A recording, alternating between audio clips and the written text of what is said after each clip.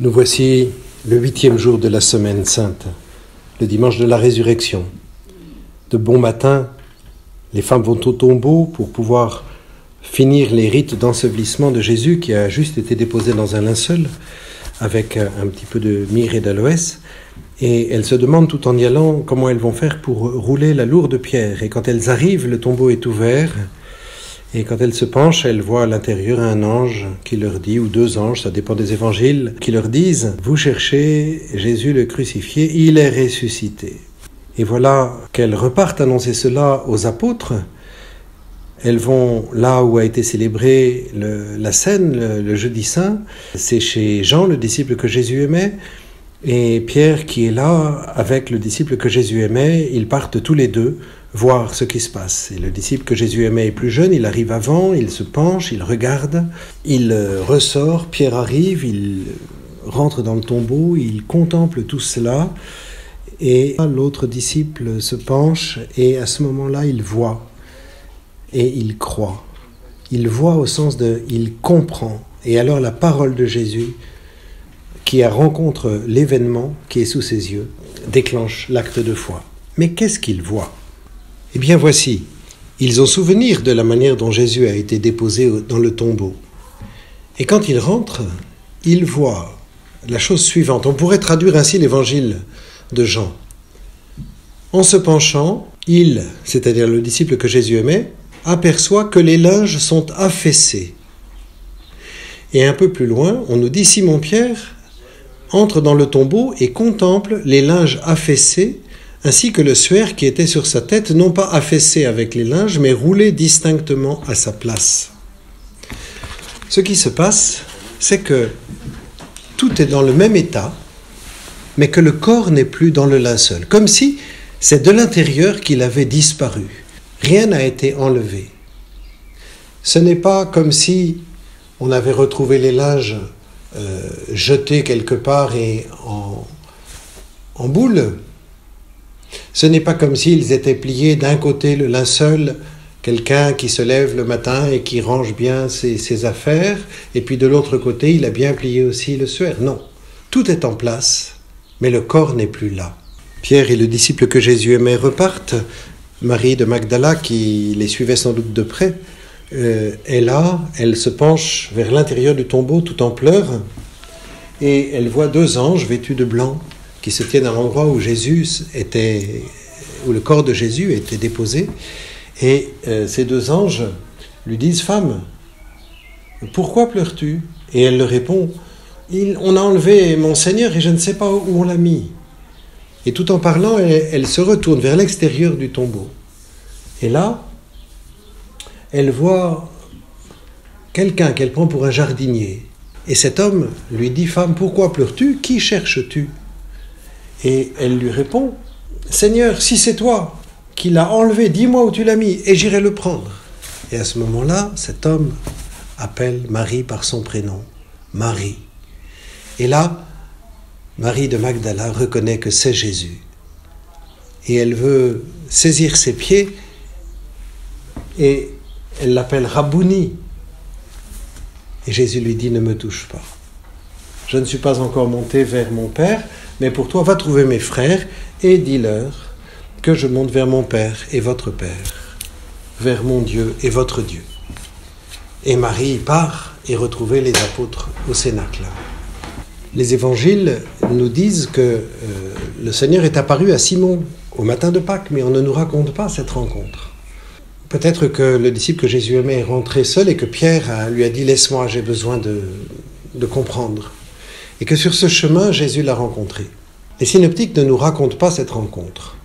Mais dans l'évangile selon saint Jean, l'évangile se termine à la fin du chapitre 20 et puis on a ajouté un chapitre 21, la communauté des disciples, du disciple que Jésus aimait, a ajouté un chapitre, sans doute après la mort du disciple que Jésus aimait, pour asseoir l'autorité de Pierre dans ces communautés d'Asie mineure. Eh bien, il raconte une rencontre de Jésus avec Simon-Pierre, mais comme l'évangile est déjà écrit, ils ne peuvent pas la placer au bon endroit. Et je pense que la triple question « Pierre, m'aimes-tu » qu'on a au chapitre 21 de Saint Jean eh bien, c'est la rencontre du matin de Pâques. Je ne pense pas que Jésus attende longtemps pour permettre à Pierre de reprendre son triple reniement, ou plutôt de se laisser guérir de son triple reniement, de se laisser pardonner de son triple reniement, d'accueillir la miséricorde de Dieu sur son triple reniement et de se voir par 3 fois confié à nouveau, comme il l'avait eu dans la région de Césarée de Philippe, confier le peuple de Dieu qui est l'Église, les brebis du Seigneur. Vers le soir, 2 disciples repartent chez eux.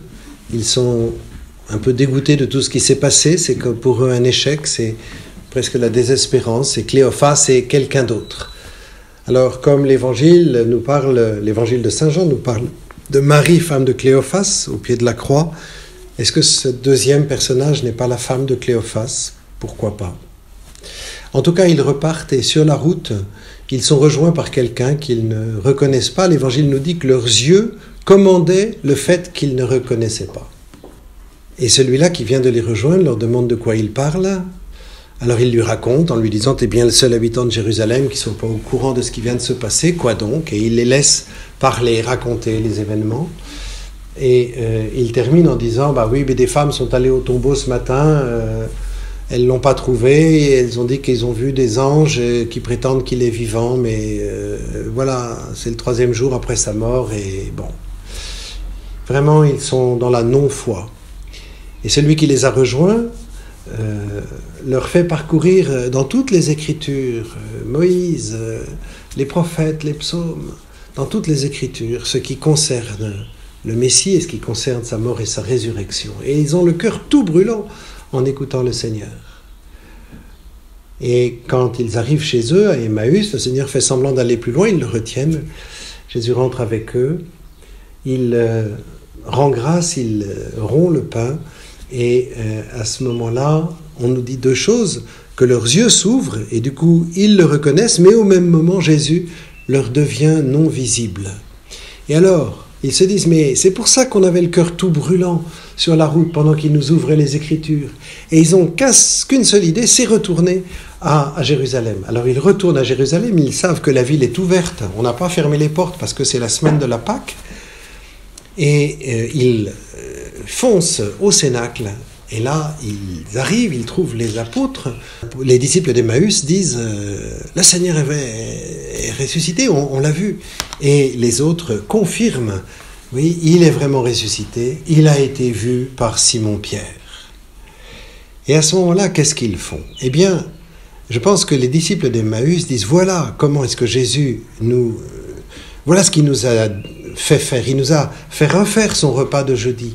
Il a refait la fraction du pain. Et c'est comme cela que nous l'avons reconnu. Et sans doute qu'à ce moment-là, les apôtres disent, eh bien alors refaisons cette fraction du pain. Et quand ils, pour la première fois, célèbrent ensemble l'Eucharistie, le soir de Pâques, eh bien, comme aujourd'hui, Jésus se tient présent au milieu d'eux, toutes portes et fenêtres fermées. Mais après l'ascension, lorsque nous célébrons l'Eucharistie, Jésus est bien présent en son corps, mais nous ne le voyons pas dans ce corps humain, nous ne voyons que ce corps eucharistique, mais c'est bien le même. Ainsi se termine le 8e jour.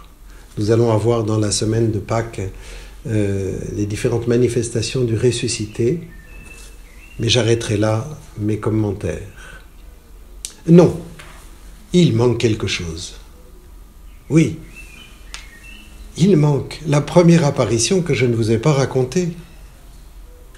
Saint Ignace de Loyola, dans les exercices spirituels, nous dit « Il apparut à la Vierge Marie, ce qui, bien qu'on ne le dise pas dans l'Écriture, est considéré comme dit, puisqu'il est dit qu'il apparut à tant d'autres. Car l'Écriture suppose que nous avons de l'intelligence selon ce qui est écrit. Êtes-vous, vous aussi, sans intelligence ? Alors, contemplons cette Vierge Marie qui n'a cessé de méditer les paroles de l'Annonciation et qui, au matin de Pâques, reçoit la visite de son Fils ressuscité en premier. Et comme dira sainte Thérèse d'Avila, Jésus l'a consolé longuement.